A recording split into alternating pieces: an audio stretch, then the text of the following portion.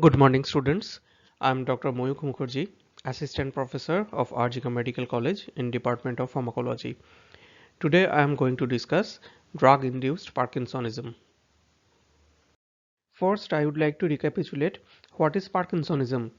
Parkinsonism is an extrapyramidal motor disorder characterized by rigidity, tremor, and hypokinesia.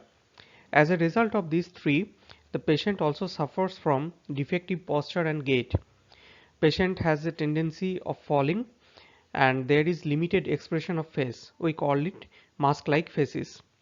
There is increased drooling of saliva known as cyalorrhea. Dementia may also accompany. If the condition is not treated properly, the symptom worsens over the year and patient becomes rigid so that he is unable to move or breathe properly. Finally, the person succumbs to death due to chest infection or embolism. There are two systems in our brain that control our movement, namely dopaminergic system and cholinergic system. Dopaminergic system is inhibitory in nature and cholinergic system is excitatory. In case of Parkinsonism, the dopaminergic system becomes weak, so cholinergic system takes upper hand. From this discussion, you can understand that though the cholinergic system is not affected primarily, if we can suppress this cholinergic system which is taking the upper hand, we can restore the balance somehow. Now, what happens in drug-induced Parkinsonism? In drug-induced Parkinsonism, drugs block D2 receptor. Drugs like neuroleptics or metoclopramide, they block D2 receptor and can produce imbalance. Reserpine is of historical importance. Reserpine could cause dopamine depletion, thereby producing drug-induced Parkinsonism.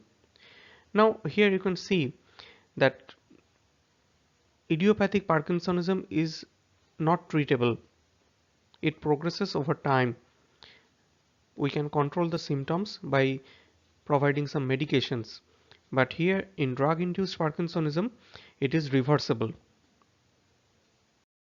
To treat drug-induced Parkinsonism, we need to reduce the dose of offending medication, or if possible, we need to change the medication. Treatment modality that is available for drug-induced Parkinsonism is centrally acting anticholinergic drugs. These drugs have higher centralist to peripheral anticholinergic action compared to atropine. They act by checking unbalanced cholinergic activity in the striatum, and tremor is benefited more compared to rigidity, whereas hypokinesia is improved the least. Cyalorrhea, that is drooling, is controlled by peripheral action of these drugs. Centrally acting anticholinergic drugs have similar side effect profile like that of atropine. Impairment of memory and cognition, organic confusional states have been reported. Blurring of vision is a common problem. Elderly male patients have reported about urinary retention. Antihistaminic drugs having central action though are less efficacious but better tolerated by these elderly patients. Their sedative action also helps. Orphenadrine has mild euphoriant action. Trihexyphenidyl, also known as benjhexol, is the most commonly used drug to treat drug-induced Parkinsonism. Dose is 2 to 10 mg per day. It can be given in 2-3 divided doses.